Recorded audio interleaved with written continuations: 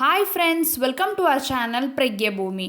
In this video, we will be discussing about two important policies, fiscal policy and monetary policy. These two policies are really needed to develop a country's economy. If this is the first time you are visiting our channel, subscribe to our channel. Come on friends, let's get into the video.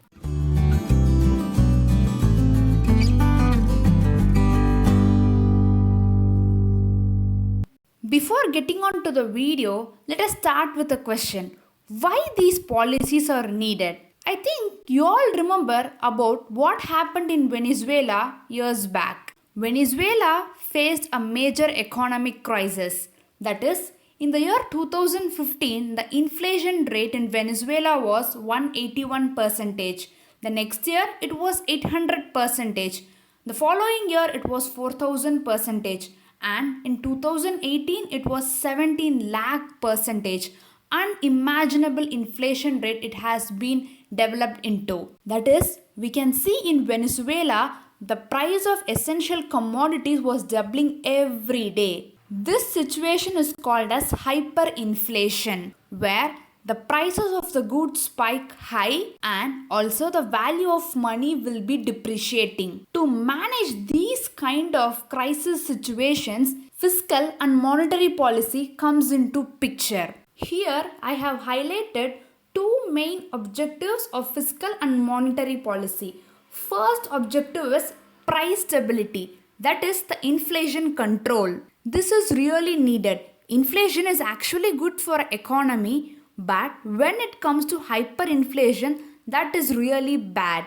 So these policies helps to control the inflation rate. And then the second objective is it helps in economic growth of the country. Next, you may be having the question how these objectives are achieved by these two policies. Both fiscal and monetary policies use some of the macroeconomic variables to achieve the two objectives. The macroeconomic variables include GDP, gross domestic product, unemployment, inflation, government spending, that is what the government spends for the public, the interest rate and the exchange rate. By playing with these variables, the government ensures that the country does not get into an economic crisis situation and it is really experiencing good economic growth. First, let us discuss about the fiscal policy. Fiscal policy is controlled by the Ministry of Finance, that is the government. Government use two tools to manage this fiscal policy. First tool is taxation, that is also called as public revenue, where the people in the country pay tax to the government. That is absolutely the revenue earned by the government. Next tool that is used is government spending, that is also called as public expenditure. This refers to the expenditure that is done by the government for the public. You may wonder for what all activities will the government spend for the public. It comprises of two kind of activities. One is development activities, where the government creates some infrastructure projects for the public, that is to lay roads or build hospitals, anything of these kinds. The second type of activity is non-development activities, where actually the government provides pensions or even provides subsidies. These all things are expenses borne by the government for the public. So this is actually public expenditure. Remember friends, taxation is public revenue and government spending is public expenditure. Now let's come to the very important part, how government uses these tools to manage the economic situations. For this, the fiscal policy can be divided into two types,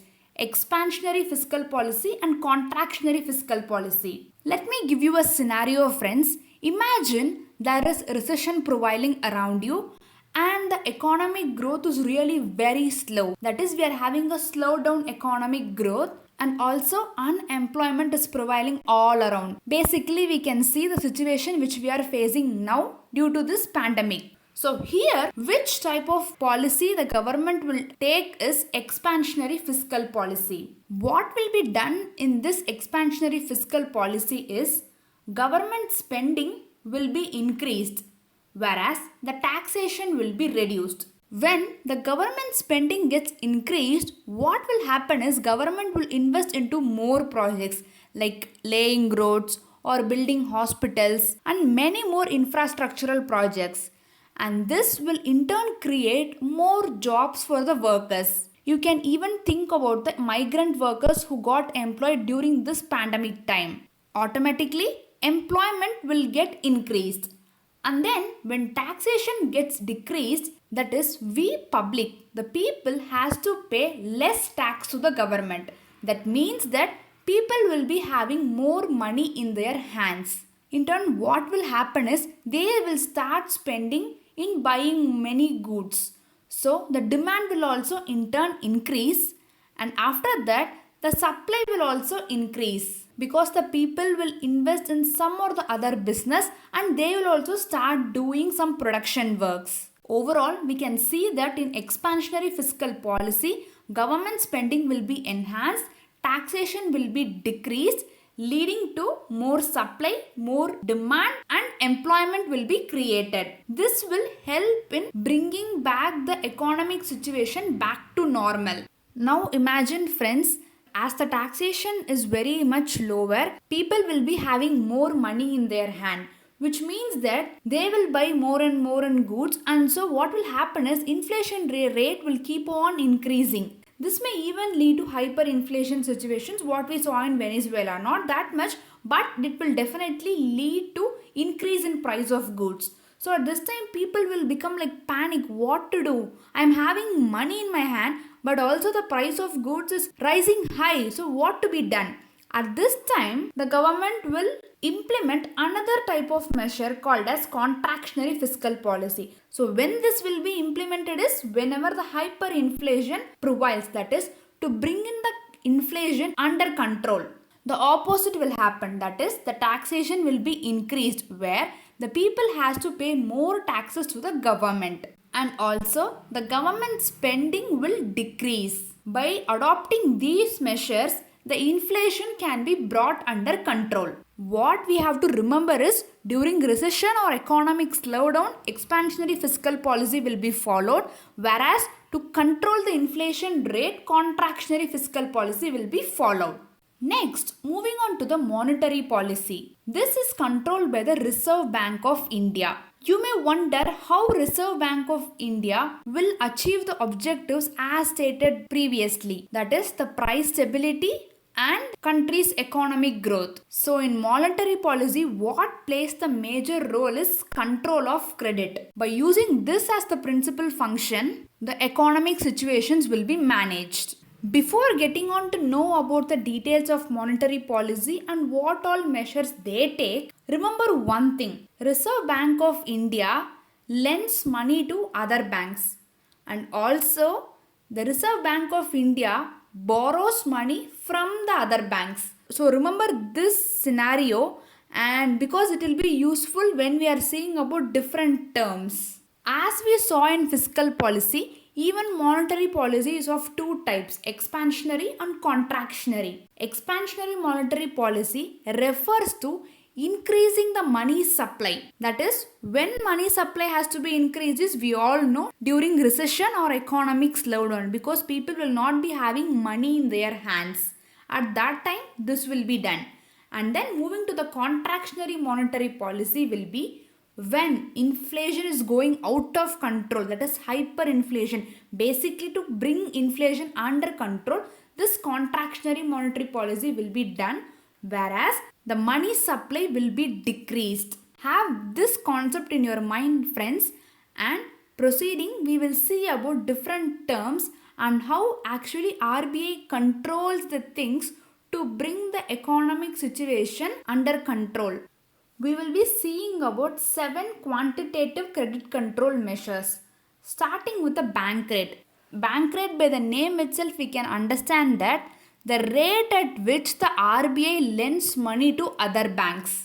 When the bank rate gets decreased, that is the other banks can borrow money from RBI at a very lesser rate. So what happens is that the other commercial banks will in turn give the money to the public very easily. So this will increase money supply.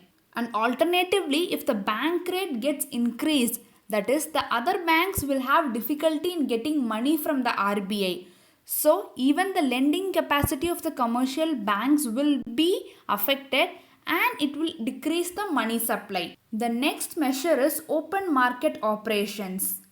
Here what happens is the RBI, Reserve Bank of India, right? It will purchase the securities of private institutions in open markets, that is the derivative market.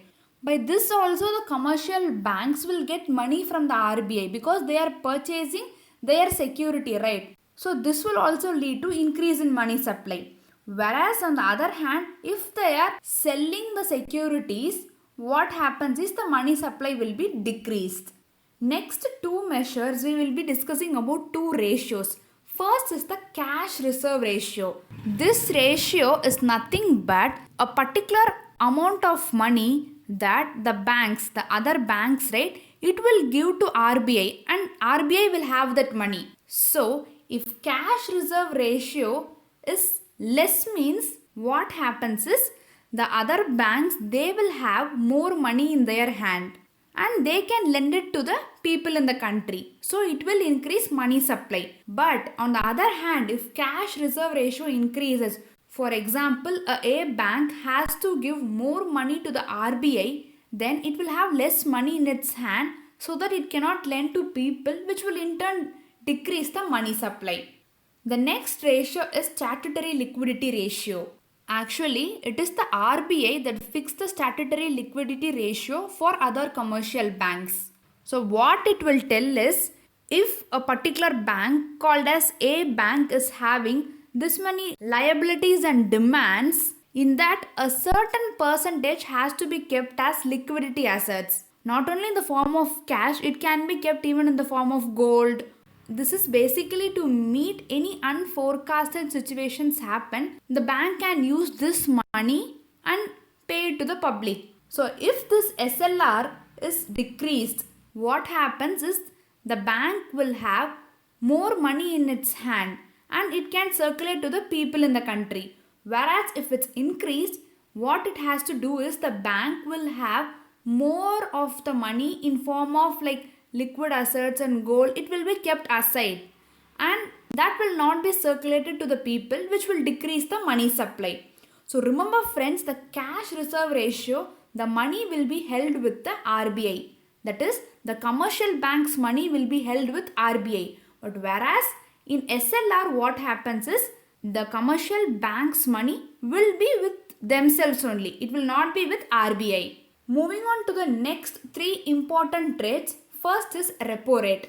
This we would have seen often in newspapers, repo rate. First of all, the full form is repurchase rate.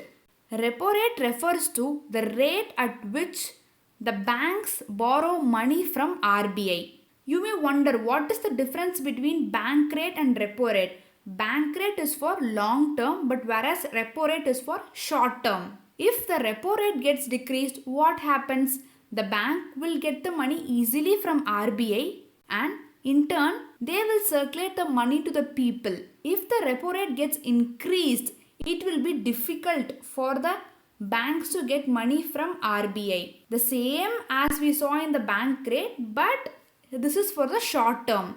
We can also see that in current situation due to this pandemic, economic slowdown happened and there was not proper money circulation all around. So what the RBI did was it reduced the repo rate.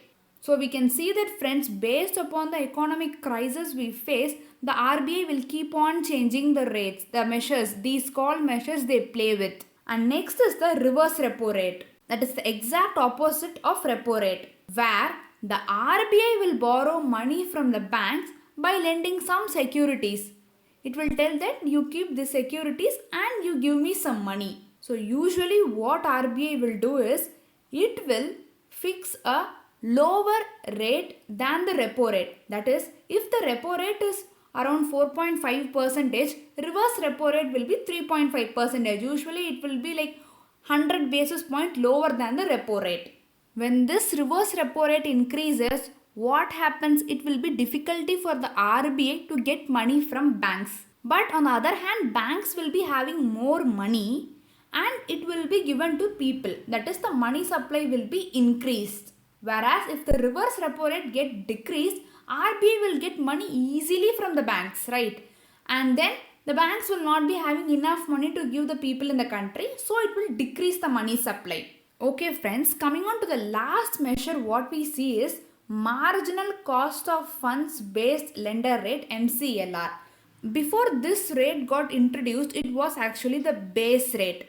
Till now, we would have seen about the lendings happening between the RBI and other commercial banks. Now it is the lending happening between those commercial banks and us, the people.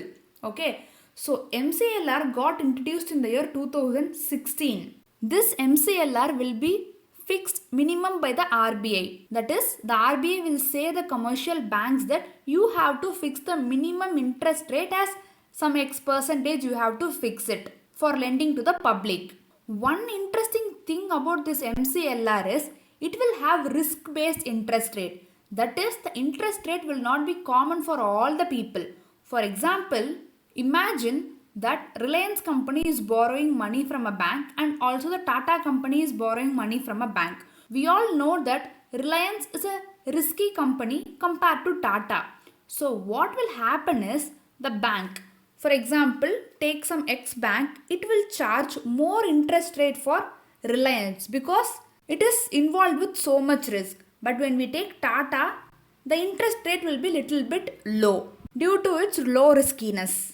This is nothing friends, when we get home loans or any other business loans, those rates will be fixed by the bank's rate, that is this MCLR. So when this MCLR is low, what happens?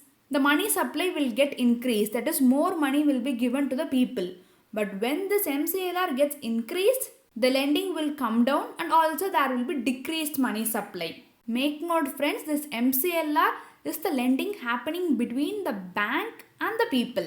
Overall, what we can see is that when a country is running into recession or economic slowdown, expansionary monetary policy and expansionary fiscal policy will be followed. But on the other hand, once the price of the goods is going high, the inflation is getting out of control, means at those times the contractionary fiscal and monetary policy will be followed.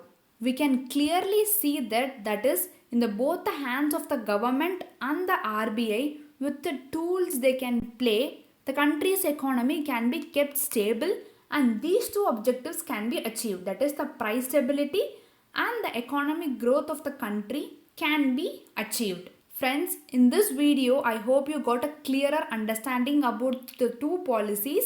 Do not get confused with the measures we discussed. If you want, you can revisit the video. Hope you enjoyed the video.